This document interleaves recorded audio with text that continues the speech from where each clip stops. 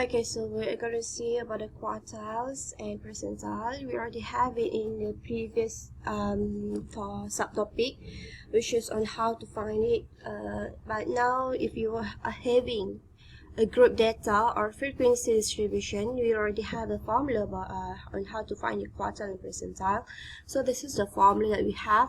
Don't worry, you may refer from here, but we already have example. I'm just going to proceed to the example.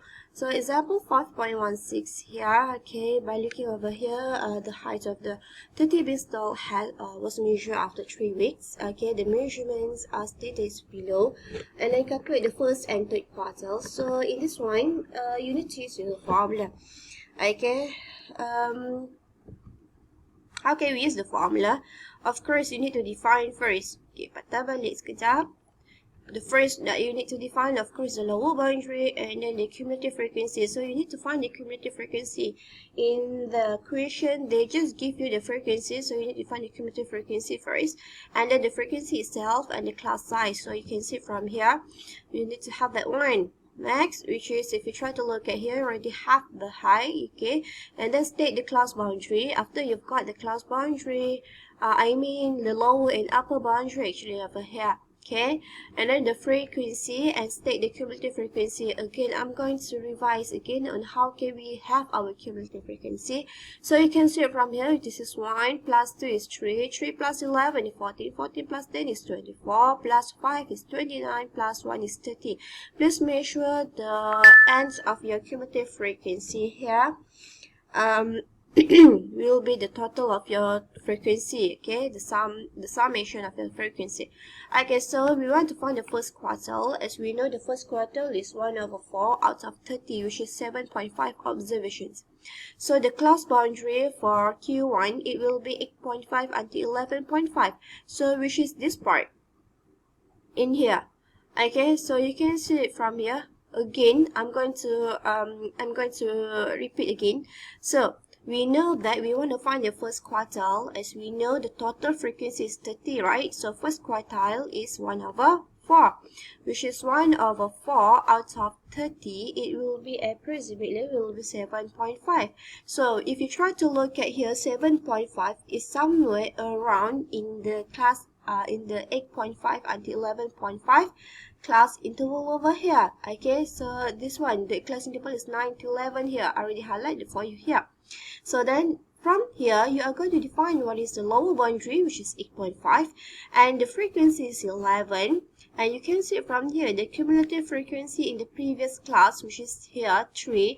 I'm gonna have this color. Okay, here 3, and you already stated here. And the C is 11.5 minus 8.5 is 3, which is you've got it from the by having it from the upper and lower boundary. But I already teach you on how to find the class size, right? The class size here actually is 9. Okay, which is 9, 10, and 11. So we'll know we'll be having the class size is 3 there. Okay, so then after you've got that one, so you are going to just substitute in the formula. So you'll be having 8.5 plus 7.5 minus 3 over 11 and multiply with your class size. Jangan tertinggal class size ni, selalu tertinggal is tu kan. Okay, so you'll be having 9.73 cm here. So this is your first quartile. Next, we'll be having your third quartile. So third quartile, 3/4, which is 7. This is P75. P75, which means actually Q3. Q3 is 3/4 actually. If you try to simplify using calculator, still having 3/4 out of 30 will be 22.5. So looking over here, 22.5 is somewhere around here, which is at the class interval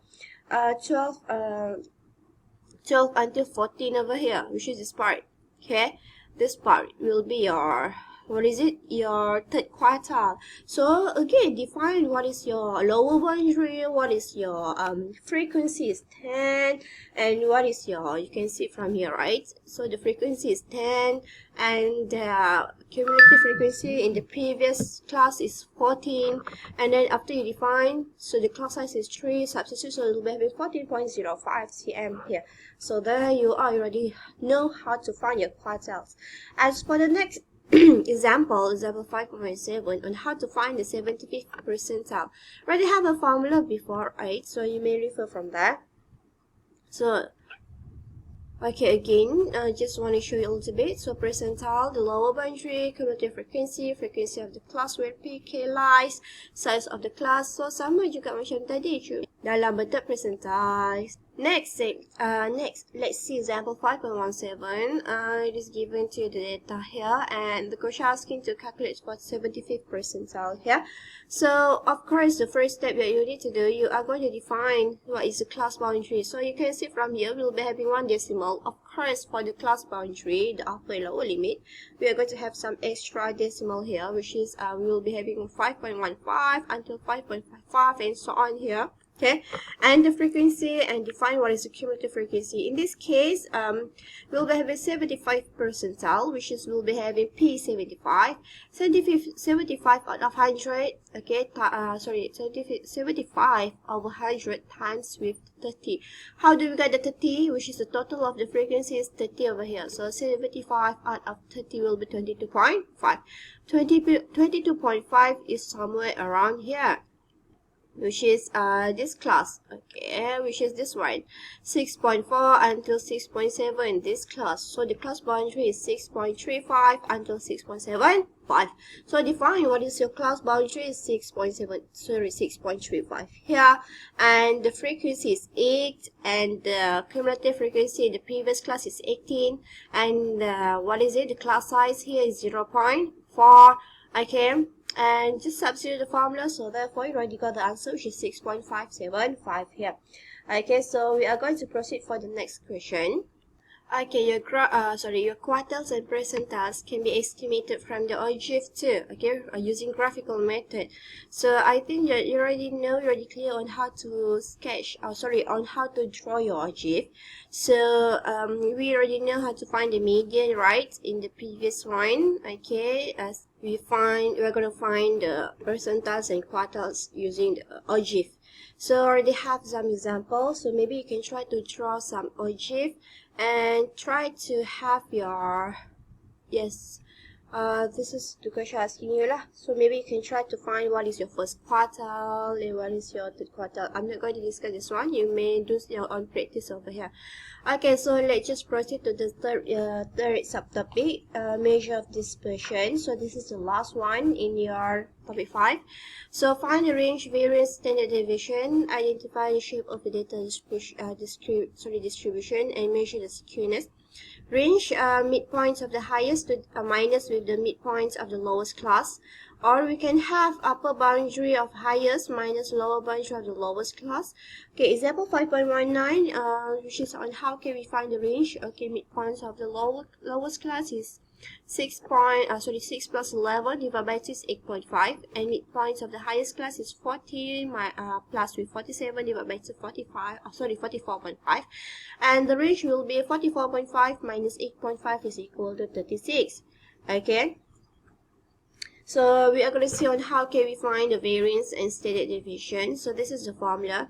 As we know, the standard deviation is the surd for the variance, right? So if you're asking, oh, macam mana formula standard deviation? Ni dah cakap dah, standard deviation untuk sample and population, both of it will be surd of your variance. Macam tu cerita dia. Okay, so now let's just proceed with the example. For example 5.20. The question asks you to find standard deviation by using sample formula and population formula. So don't worry, we already have a solution there. So again, if you try to look at here, the formula, okay, we'll be having a sigma of f multiplied with the x squared. So you need to multiply the f with the x here, which is your midpoint. So you need to find what is your midpoint first. Okay, so multiply with your fx and then find your n here, and then let's just proceed to the example. Okay, so you can see from here, this is our commission here, already given to you the class interval, and this is your frequency. Okay, the midpoint here, which is you are going to have midpoint from the commission here, and the fx. So you need to multiply what is your fx. 4 times 49.5, 5 times 149.5, dah dapat tu. Lepas tu cari pula, find your fx squared pula. 4 times with 49.5 squared. You may use a calculator, don't worry. Then at the end of it, so the sigma or the total, the summation of your frequency is 30. Summation of fx will be 8485. Summation of fx squared, so the number is quite big here, don't worry.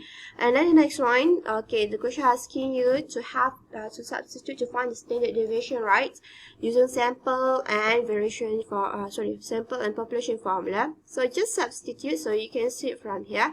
So this is the answer that you're gonna have. So I'm just going to ask you, just going to advise you, you may try to redo it again on how to find the standard deviation using both of the formulas there. Okay, so let's see it together. Pearson coefficient of skewness. Okay, so Pearson's coefficient is a measure that indicates the skewness of a distribution. So we have as skewness here, we can have it as here, which is 3 times with mean minus median over standard deviation. So nak you kena tahu macam mana cari standard deviation.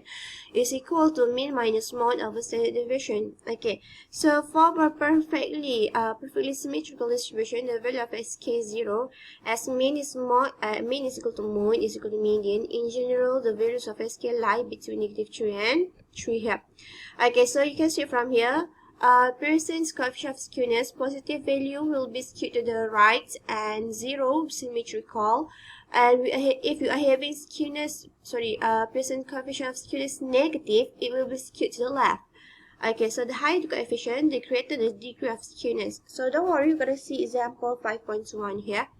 Okay, state the type of skewness of the following distribution. So you can see we have distribution A, B, and C. We have, maybe you can try to refer on the page 103, which is on the page of 103, it is defined when you are having mean is equal to mod is equal to median.